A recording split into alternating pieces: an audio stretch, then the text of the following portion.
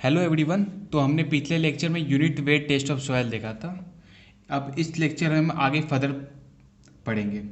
आज हम basically index properties of soil पढ़ेंगे। इंडेक्स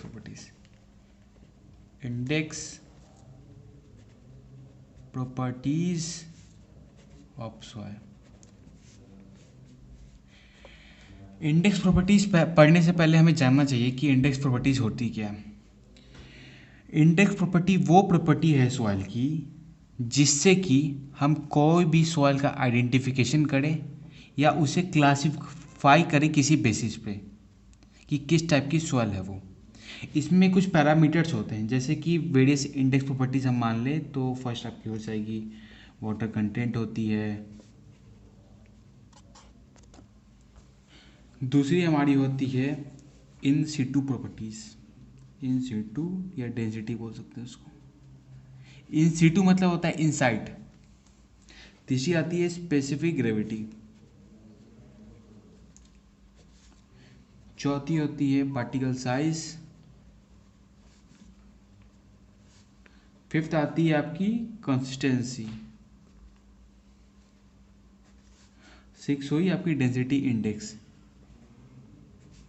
ये कुछ बेसिकली इंपॉर्टेंट इंडेक्स प्रॉपर्टीज है जो कि अपन को पढ़ना है। तो सबसे पहले हम इंडेक्स प्रॉपर्टीज पढ़ने से पहले हम सॉइल की क्लासिफिकेशन देखते हैं कि किस बेसिस पे सॉइल को क्लासीफाई कर सकते हैं। इसमें हम लोग दो पढ़ेंगे। एक होता है सॉइल एग्रीगेट प्रॉपर्टीज, जिसमें क्या होता है कि हम कोई भी सॉइल सैंपल लिए उसका होल एज अ होल हम उसको स्टडी करेंगे, पूरे सॉइल पार्टिकल्स की एक सैंपल का स्टडी करेंगे। और दूसरी क्या होती है soil grain property. Soil grain property में कहती है कि ये जो आपका सॉइल सैंपल है इसमें डिफरेंट इसमें पार्टिकल्स हैं, ये पार्टिकल्स की कॉम्बिनेशन से बना है। तो सेकंड वाले हम इस पार्टिकल्स की स्टडी करते हैं। फर्स्ट वाले में एज अ होल हम स्टडी करेंगे, दूसरे वाले में पार्टिकल्स की स्टडी करेंगे। देखिए मैं इसको लिख देता हूँ। फर्स्ट क्या होता है आपका soil aggregate property, aggregate property. दूसरी होती है सॉइल ग्रेन प्रॉपर्टी या पार्टिकल प्रॉपर्टी। अब जैसे कि ग्रेन साइज जो डिस्ट्रीब्यूशन है वो हमें क्या बेनिफिट्स का। सबसे पहला है कि कोई भी सॉइल सैंपल है मान लीजिए, उसमें डिफरेंट साइज़ के पार्टिकल्स होते हैं।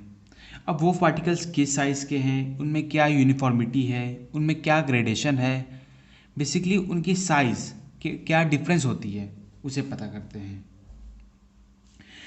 इसमें क्या होता है कि अपन कुछ पैरामीटर्स लेते हैं, कुछ सेंटीमीटर्स होती हैं कि हमें वो कंसिडर करना पड़ता है। अगर उस सेंटीमीटर से कुछ साइज ऑफ सॉलिड्स बड़े हैं तो हम एक उसे अलग कैटेगरी में डिवाइड करेंगे, अगर उससे भी कुछ छोटे हैं तो उसे अलग कैटेगरी में डिवाइड करते हैं। इसमें क्या होता है कि सबसे पहले इसमें आती है आपकी बोल्डर्स। ये क्या हो गए टाइप्स ऑफ सॉइल हो गई। ये हो जाएगा आपको क्या साइज़ में आती है वो साइज़, ये आप टेबल जैसा बना लीजिए अगर नोट कर रहे हैं तो। फर्स्ट बोल्डर हो गई। बोल्डर की साइज़ क्या होती है 300 mm से ज़्यादा होती है। दूसरी आती है आपकी कॉबल्स। कॉबल्स की साइज़ क्या होती है 80 mm टू 300 mm। तीसरी क्या होती है ग्रेवल, इसकी साइज़ क्या होती है 4.575 mm टू 80 mm होती है। फोर्थ आपकी आती है सैंड की साइज होती है आपकी 75 माइक्रोन से लेके 4.75 mm। फिफ्थ आती है आपकी सिल्ट की साइज क्या होती है 2 माइक्रोन से 75 माइक्रोन। और लास्ट आती है आपकी क्ले, इसकी साइज होती है लेस देन 2 माइक्रोन।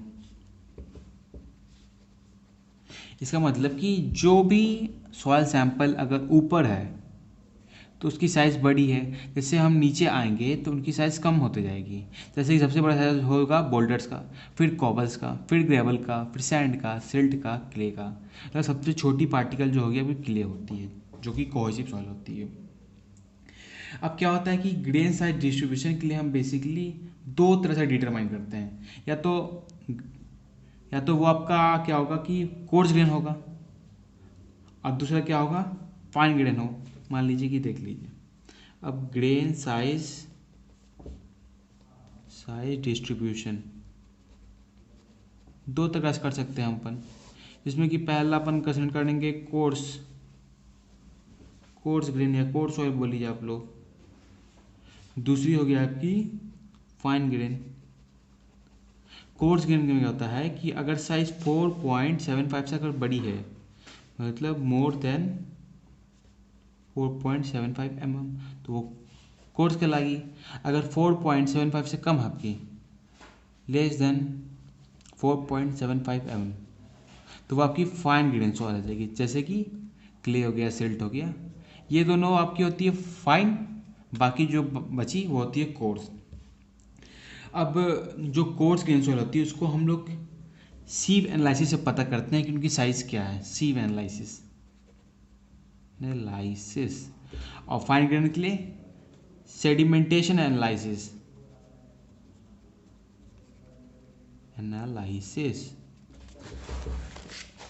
सबसे पहला अपन क्या देखेंगे, सीव एनालिसिस, जो कि हम कोर्स ग्रेन सॉइल करते हैं।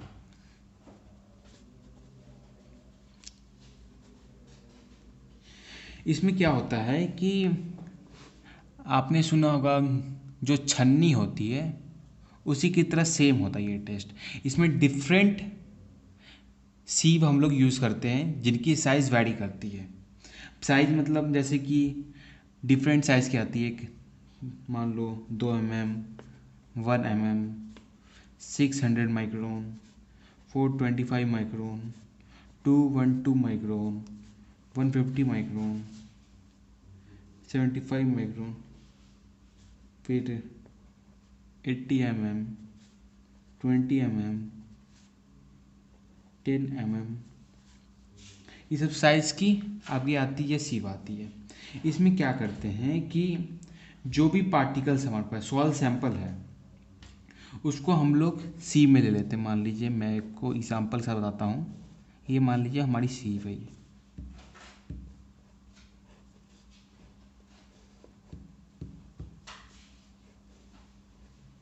मान लीजिए कि ये 80 की हो गई, ये 20 की हो गई, ये 10 की हो गई, ये फिर आपकी 2 mm की हो गई, 1 mm की हो गई, और लास्ट में पेन है मान लीजिए।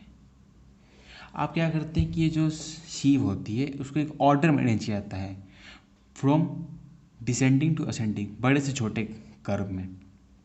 इसमें सबसे पहले हम कोई भी सॉइल सैंपल इसमें रखें, उसको शेक करते हैं, सीव घुमा, या तो दो तरीके से कर सकते हैं, या तो मैकेनिकली कर सकते हैं या मैनुअली कर सकते हैं। मैनुअली में इसको हाथ से हम लोग इसको मूव करेंगे, शेक करेंगे। मैकेनिकल में मशीन होती है उसके द्वारा करेंगे।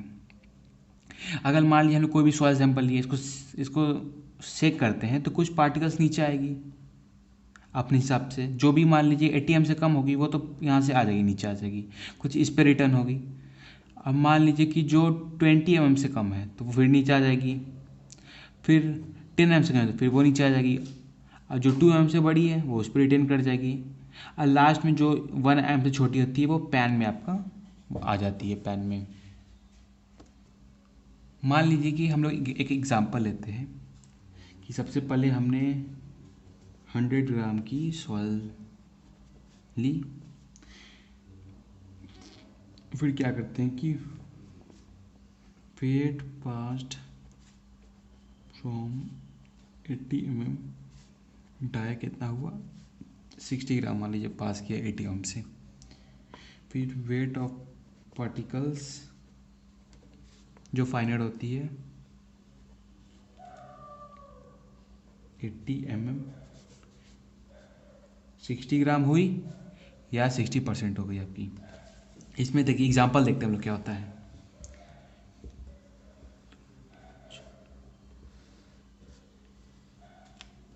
मान लीजिए कि ये आपकी 80 mm की सीव हो गई, ये आपकी 20 mm की सीव हो गई, फिर 10 mm की सीव हो गई, 4.75 mm की सीव हो गई, और लास्ट में क्या हो गया, पैन हो गया। ये पैन होता है ये। मान लीजिए कि आपने क्या किया, एक वो जो 100 ग्राम की सॉइल सैंपल आपने इस पे रखा, इसको सीव किया, तो मान लीजिए कि आपकी क्या हुई, 40% पास कर गई इसमें से, या 60% मान लीजिए, 60% पास की, तो यहाँ 40% रिटेन हुई, मतलब 40 ग्राम रिटेन हुई। अब ये 60% को जब आप मतलब सीव कर रहे हैं, तो उसमें कुछ पार्टिकल्स फिर नीचे आ जाएगी। मान लीजिए 30 नीचे आई, तो 30 तो रिटेन करेगी इस पर, तब 60 होगा। फिर मान लीजिए कि यहाँ पर आपकी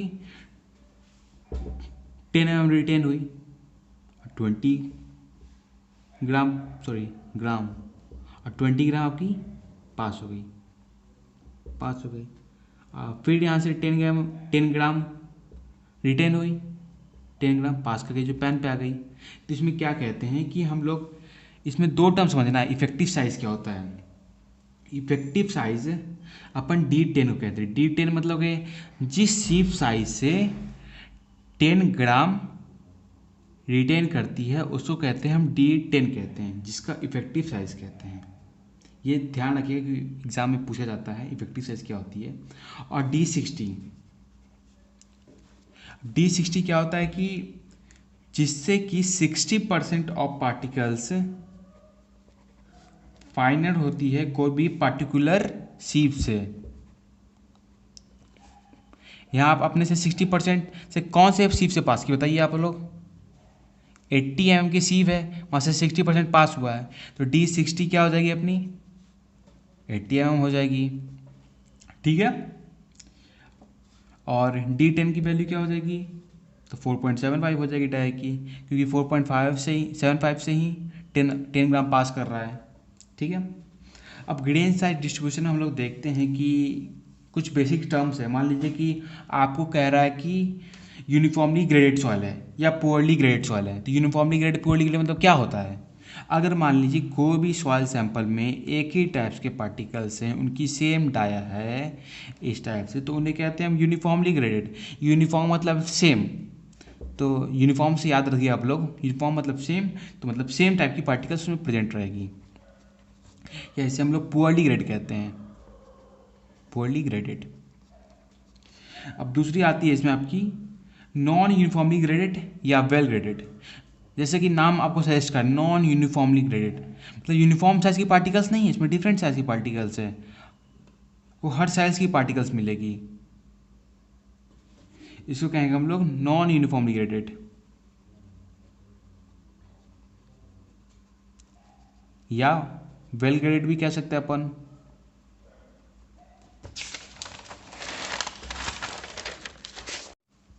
अब अपनी तीसरी क्या होती है, गैप ग्रेडेड। गैप ग्रेडेड, जैसा कि आपको नाम सजेस्ट कर रहा है, गैप मतलब कुछ साइज की पार्टिकल्स इसमें एब्सेंट है, जैसे कि मान लीजिए ये है, ये है, अब इसके बाद नहीं पार्टिकल्स छोटी छोटी आ रही है, तो कुछ पार्टिकुलर साइज की जब पार्टिकल एब्सेंट है सॉइल सैंपल में, तो उसे हम कहते हैं गैप ग्रेडेड सॉइल। अब देखिए कुछ इंपॉर्टेंट टर्म्स आ रही है, इसको आप लोग ध्यान रखिएगा ग्रेन साइज डिस्ट्रीब्यूशन में।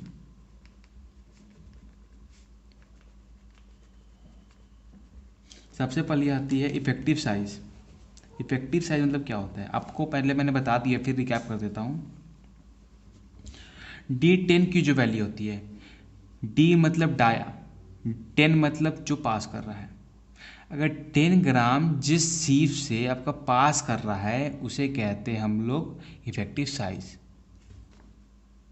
अब दूसरी क्या होती है, यूनिफॉर्मिटी कोफिशिएंट, इसे हम लोग CU से रिप्रेजेंट करते हैं।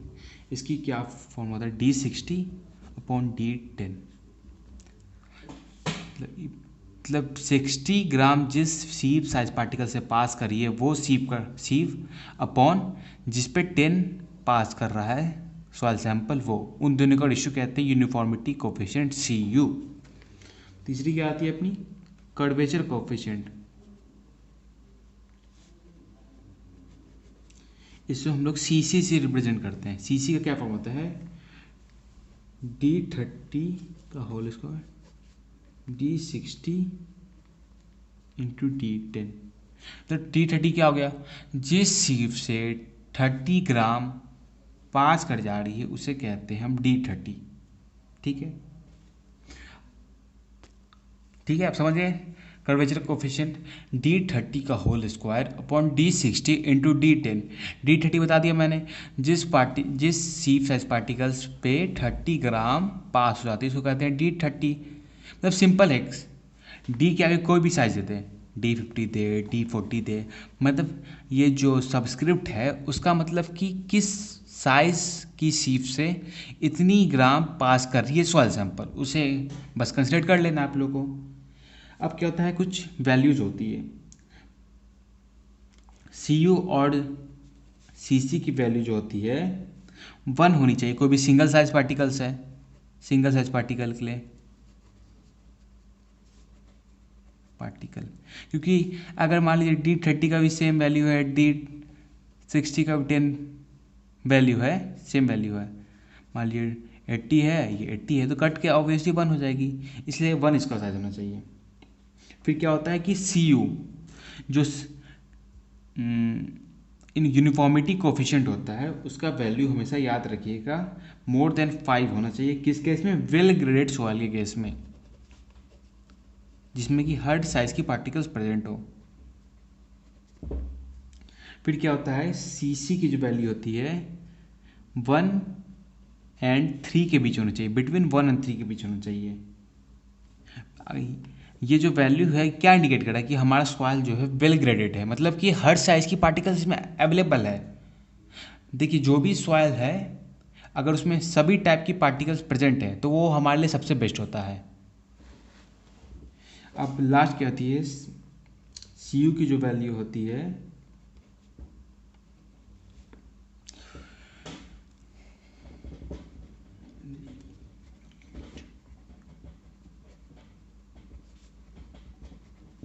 अगर मान लीजिए CU की वैल्यू आपकी अगर 3 से कम है तो यूनिफॉर्म सॉइल बोलते हैं, मतलब कि एक ही टाइप्स की पार्टिकल उसमें प्रेजेंट होगी।